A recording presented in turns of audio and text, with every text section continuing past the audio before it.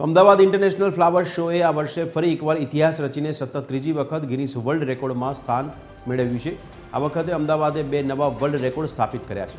સૌથી મોટું ફ્લાવર મંડલા અને સૌથી મોટું ફ્લાવર પોર્ટ્રેટ આશરે 33.6 મીટરના વ્યાસ અને 886.789 ચોરસ મીટર વિસ્તાર સાથે આ મંડલાએ અગાઉના 706.86 ચોરસ મીટરના રેકોર્ડને માત આપી છે, જ્યારે ભારતની શાન એવા સરદાર વલ્લભભાઈ પટેલનું 41.17 મીટર લાંબુ અને 8 મીટર પહોળું ભવ્ય ફ્લાવર પોર્ટ્રેટ આકર્ષણનું કેન્દ્ર બન્યું છે।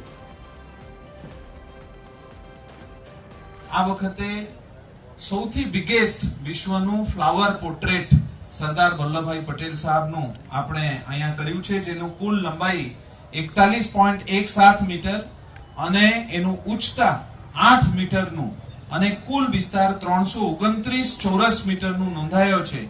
અને એનું મિનિમમ જે ગિનિસ બુક ઓફ વર્લ્ડ રેકોર્ડ્સનું હતું એ 50 ચોરસ મીટરનું હતું, પણ એના સામે આપણે 329 ચોરસ મીટરનું આપણે સરદાર વલ્લભભાઈ પટેલ સાહેબના ફ્લાવર પોર્ટ્રેટ, જે વિશ્વની સૌથી મોટું ફ્લાવર પોર્ટ્રેટ એ અમદાવાદ ઇન્ટરનેશનલ ફ્લાવર શોમાં નોંધાયા છે। ફ્લાવર શોમાં સતત ત્રીજી વખત એટલે કે હેટ્રિક કરી છે અને આ વખત આપણે 2 રેકોર્ડ કર્યા છે।